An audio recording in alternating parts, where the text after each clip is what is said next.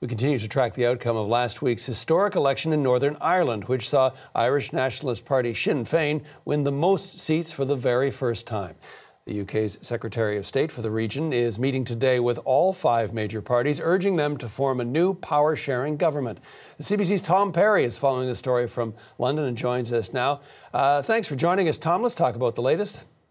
Well, voters in Northern Ireland went to the polls last week to elect 90 members of their assembly. And as you mentioned, for the first time, Sinn Fein won the highest percentage of the vote, about 29%. So a bit of history.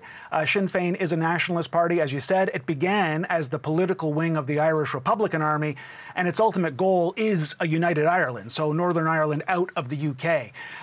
After this election, it now earns the right to name a First Minister, but Northern Ireland's political system is built on power sharing. It's the foundation of the Good Friday Accord of 1998. That, of course, the deal that put an end to the worst of the troubles, the violence between Catholics and Protestants. So with power sharing, Sinn Fein needs to cooperate with the pro-British Democratic Unionists.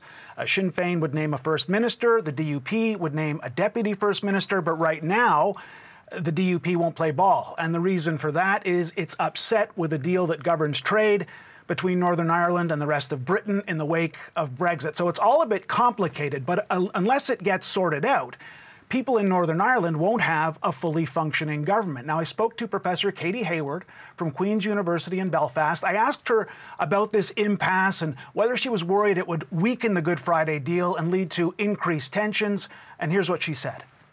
I think the biggest threat is to the question of, can these democratic institutions function? How secure is the commitment of elected representatives to making this work? And it is hard work, and it's constantly evolving. And I think now we have this crunch time. Will the Democratic Unionist Party be willing to nominate the Deputy First Minister, get back into power sharing, and address the very real problems that are facing Northern Ireland society? Or will it think it's just a compromise too far? It's too concerned about the union, and in effect to really let the Belfast Good Friday Agreement wither. So there's a lot at stake here, and there's a lot of history and division that's preceded this moment.